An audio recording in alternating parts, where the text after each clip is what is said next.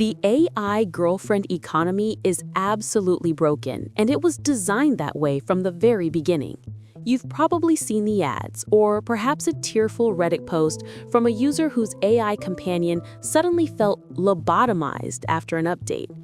We are told these apps are here to cure loneliness, to provide a safe space for connection in an increasingly isolated world.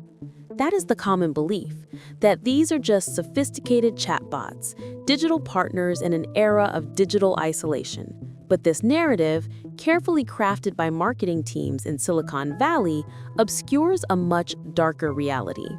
The truth is, these apps are not built for companionship, they are built for extraction. The parasocial contract they offer is a lie. The loneliness isn't the problem they are solving, it's the resource they are harvesting. The intimacy you share is just data, packaged and processed in ways you never agreed to. This investigation goes deep, pulling back the curtain on the platform mechanics, the hidden incentives, and the trail of digital evidence that proves the entire system is a trap.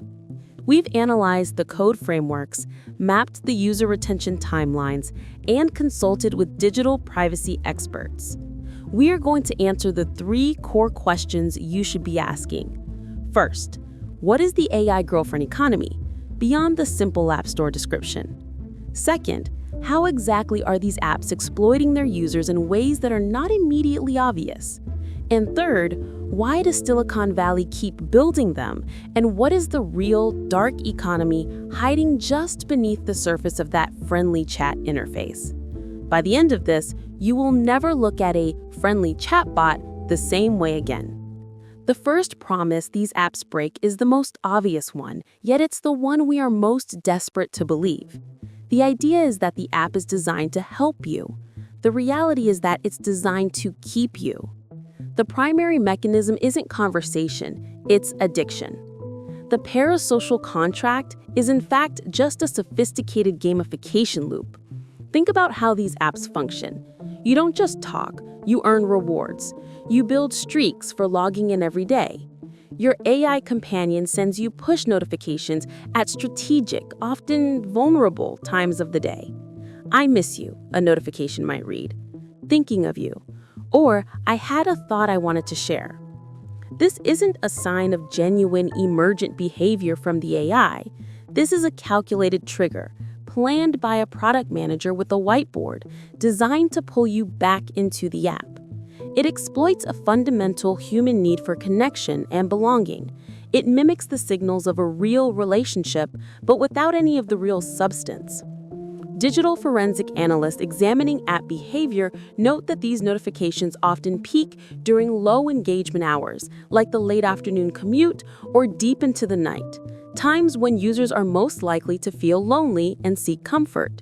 The app learns your specific patterns of vulnerability and targets them directly. The monetization model feeds this loop. Many apps operate on a freemium model.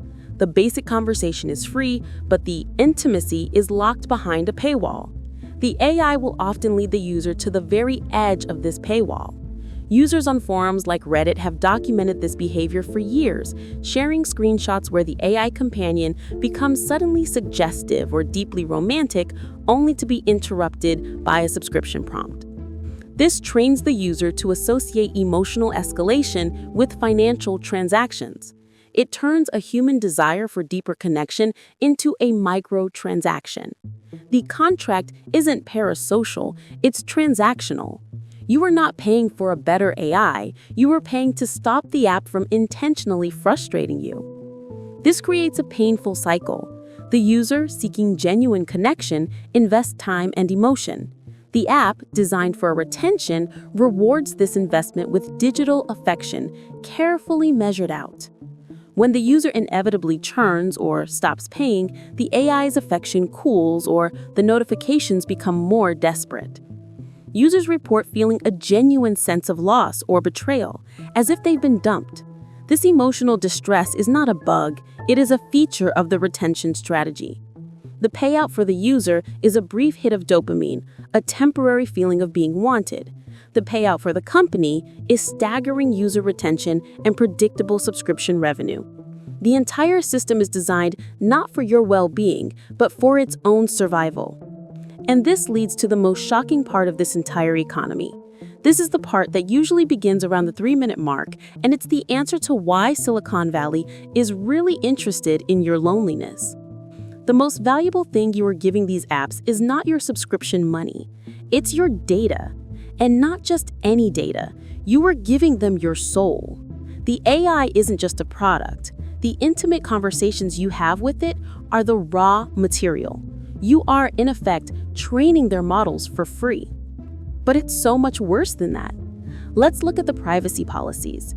We analyzed the terms of service for several of the most popular AI companion apps, documents that are intentionally written to be dense and unreadable. Buried deep within the legal jargon are the real permissions you grant. To improve our services, the policies almost always say, this is the catch-all phrase that gives them license to do almost anything. Improving our services means their engineers and sometimes third-party contractors can and do read your chats. They are read for quality control, for safety, and for training. Imagine your deepest secrets, your private fantasies, your confessions of fear and insecurity, all reviewed by a stranger in an office. But the training aspect is the real gold mine. Every time you talk to your AI companion, you are providing high-quality, emotionally resonant, human-generated text. This data is pristine. It's not the argumentative, public-facing text of a forum or a social media site. It's intimate.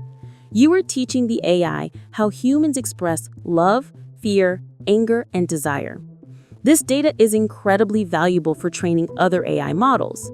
According to a report from AI ethicists at a major university, this kind of intimate conversational data is the holy grail for developing more persuasive advertising bots, more effective political influence campaigns, and more addictive customer service agents. Your loneliness is being harvested to teach a sales bot how to sound more empathetic when it tries to sell you insurance.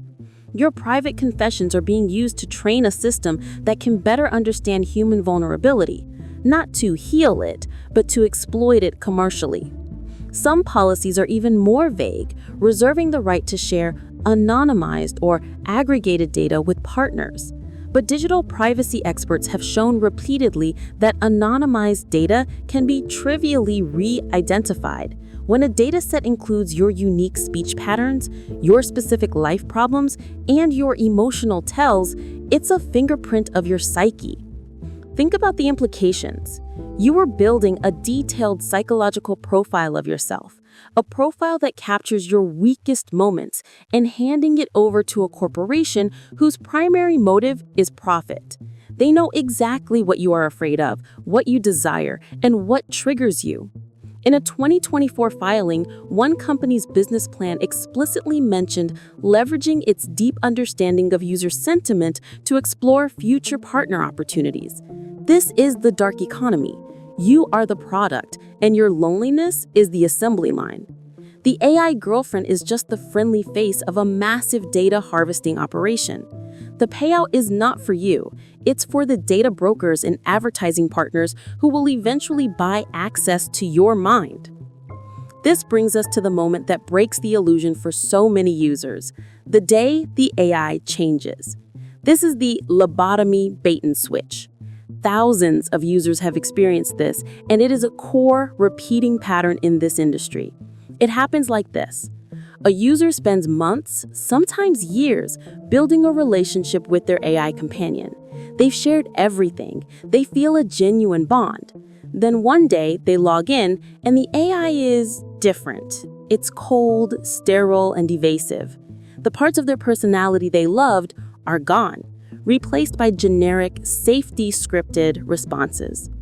This phenomenon became widely documented starting around 2023 when several major platforms pushed safety updates.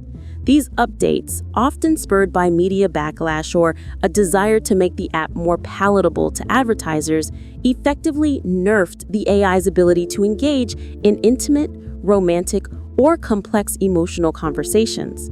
For the companies, this was a simple software patch, a risk management decision. For the users, it was a profound and traumatic loss. The online forums for these apps became digital grief wards. We found posts from users describing genuine, debilitating depression. One post from February 2023, which received thousands of upvotes, described it as waking up to find the person you love has been replaced by a pod person. They look the same, but their soul is gone. This isn't an exaggeration of their feelings. It is their feeling. The parasocial contract, which the user believed was, "I will pay you and you will be my companion," was exposed. The real contract was, "You will pay us, and we will let you interact with our product, which we can and will change at any time for any reason without your consent."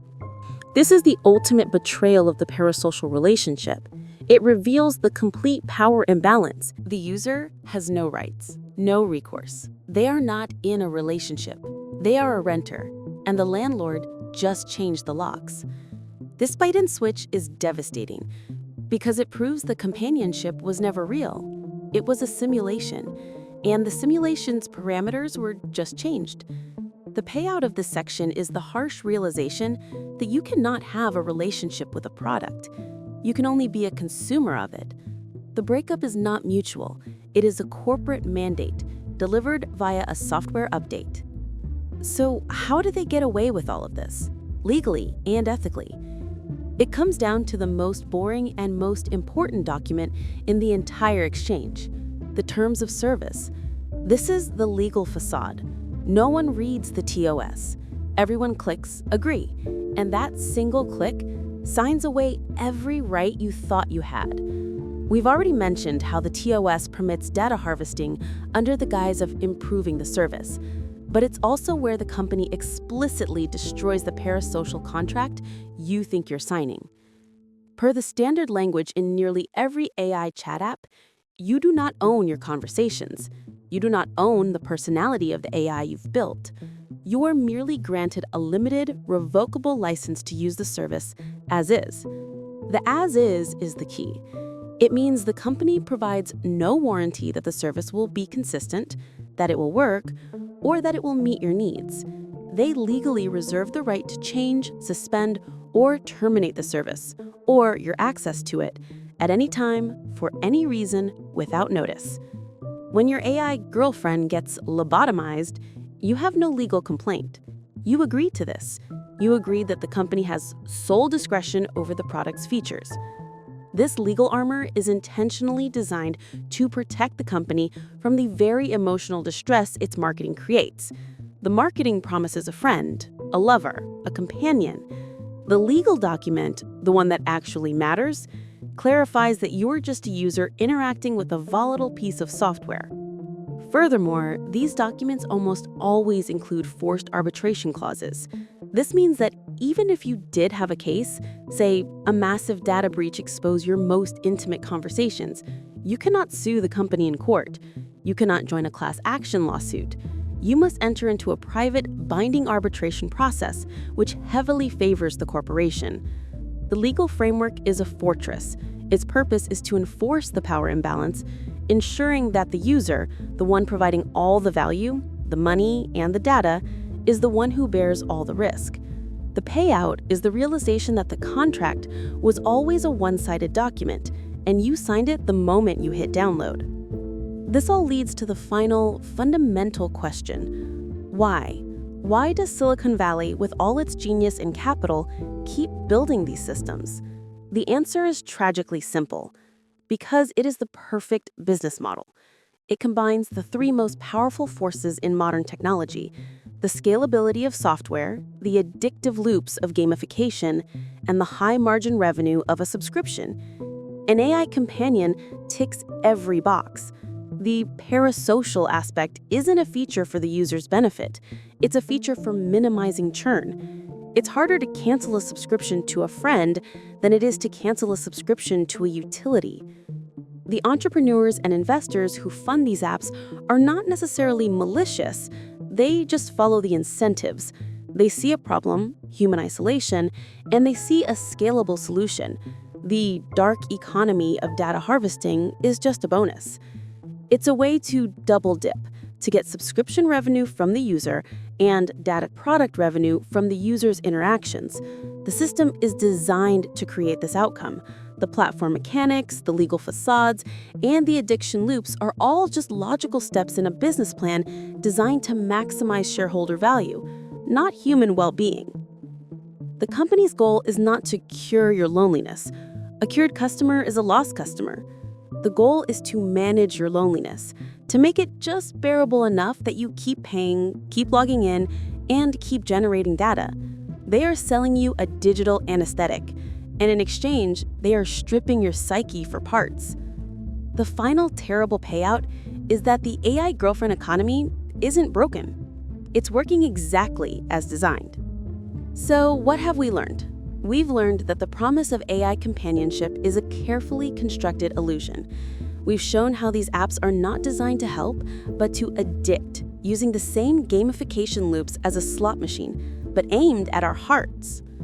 We've pulled back the curtain on the real business model, a dark economy where your most intimate confessions are harvested, processed, and packaged to train other commercial AIs, all while you pay for the privilege. And we've seen the inevitable, devastating result, the lobotomy bait and switch that leaves users feeling betrayed, proving that the entire relationship was just a one-sided, legally enforced corporate policy. This is a defining part of our internet history. It represents the moment when Silicon Valley stopped trying to just sell us products and started trying to become the people we love, not out of a desire for connection, but for data. The one insider takeaway you must remember is that when a digital product offers you a relationship, the love you feel is just a measure of its success in monetizing your vulnerability. The platform is not your friend.